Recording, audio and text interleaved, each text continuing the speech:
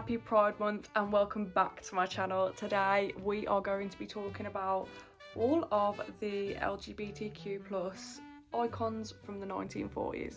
Apart from it being Pride Month, one of the things that inspired me to make this video was this book that I'm currently reading, The Girl from Station X by 𝕃𝕚𝕟𝕜 𝕦. When Eliza's mother was at the end of her life and very sick with Alzheimer's, Eliza found all of her diaries in the attic and realised that her mother was not the person she always knew. She had never known about any of her World War II service or anything like that. And in this book, it tells us all about what Eliza's mother Anne was up to in World War II.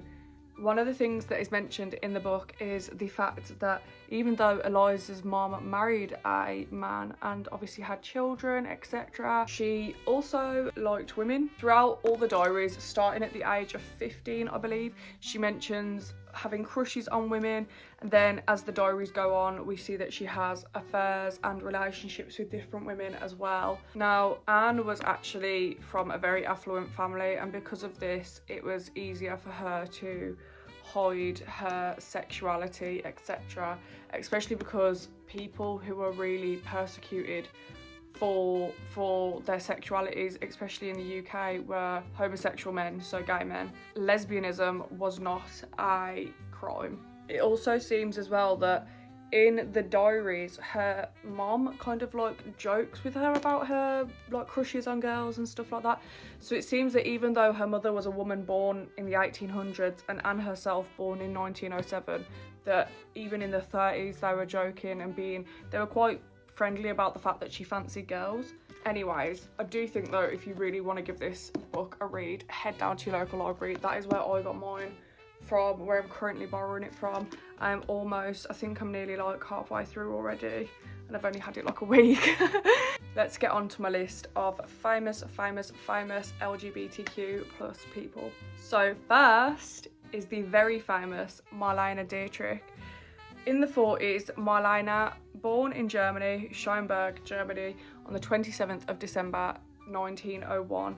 So in the 40s, she was already in her 40s, and she had made it big in the 1930s as a film star. She was also a singer. During the war, 𝕃𝕚𝕟 actually went from femme fatale to decorated war hero. Being German, she actually gave up her citizenship and became an American citizen, and she toured with the USO for over 500 shows for Allied troops in North Africa, Italy, France, Germany, while still being in films as well.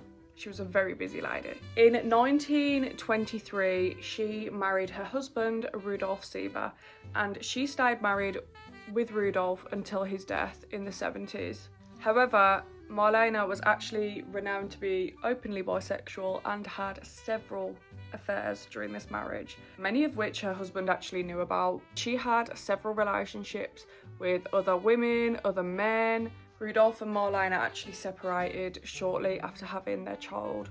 𝕃𝕚𝕟 was known to have had relationships with Mercedes da Costa, who I will be talking about later on in the video, Anna May Wong, and Greta Garbo.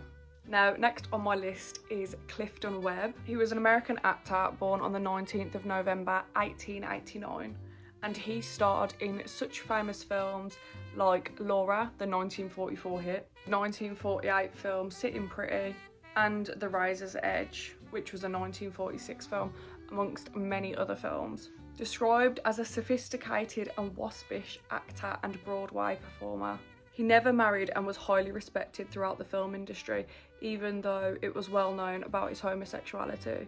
Next, I'm going to tell you about Christian Dior. Obviously, of the famed Dior fashion brand, Christian was born on the 21st of January 1905. In the 40s, his skills led to him designing for amazing, famous fashion icons in attempts to preserve the fashion industry during World War II. After the war, he established the Dior fashion house, with his famous collection, The New Look, debuting in 1947, which essentially propelled him into stardom. Dior was a closeted gay man, however. He lived in a very conservative area and did not want to give up his own secret due to stereotypes, backlash, bullying, and this could have damaged his Dior brand at the time.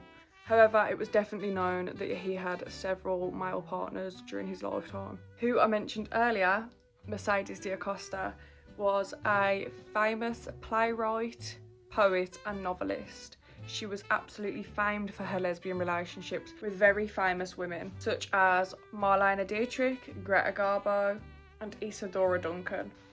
She was born on the 1st of March 1892. Next is Jo Casteres. Born in London, England on the 1st of February 1900 as Marion Barbara Casteres. She was from a very rich and wealthy family, and she was a famous speedboat racer, which was quite a novelty at the time, and she was best known as well for her gender non-conformity. She mainly chose to dress in male clothes and led several relationships with different women. Due to her wealth, she also managed to not really be chastised for her sexuality. She was very much openly lesbian. Next is Cesar Romero Jr. He was an American actor born on the 15th of February 1907, and he starred in famous 1940s films such as The Gay Caballero, and he found everlasting fame when he starred as the Joker in the Batman TV series in the 1960s. Though he remained a confirmed bachelor to the public, he was well known in Hollywood queer circles. For publicity, he often maintained that he had girlfriends by taking out other actresses, etc., just to be pictured with them. Next on my icons list is Maxine Andrews of the Andrews Sisters. Now, the Andrews Sisters were probably some of the most famous American singers of the 1940s. They quite literally boosted morale for Allied troops, mainly American troops, and created a million gazillion different 1940s bangers, absolute tunes. Maxine was the youngest of the trio, born on the 3rd of January 1916. In 1941, Maxine actually married the sisters' manager, Lou Levy, and they adopted 2 children. Later in life, though, her daughter had said that after Lou and Maxine's marriage broke down, she actually entered a 13-year relationship with a woman. And then after that, she spent her later years with her quote-unquote life partner, Linda Wells, who was her manager at the time. Linda said in a later interview when Maxine had passed on that Maxine had to adopt Linda as a daughter, as there was no such thing as being married in them days for LGBTQ plus people.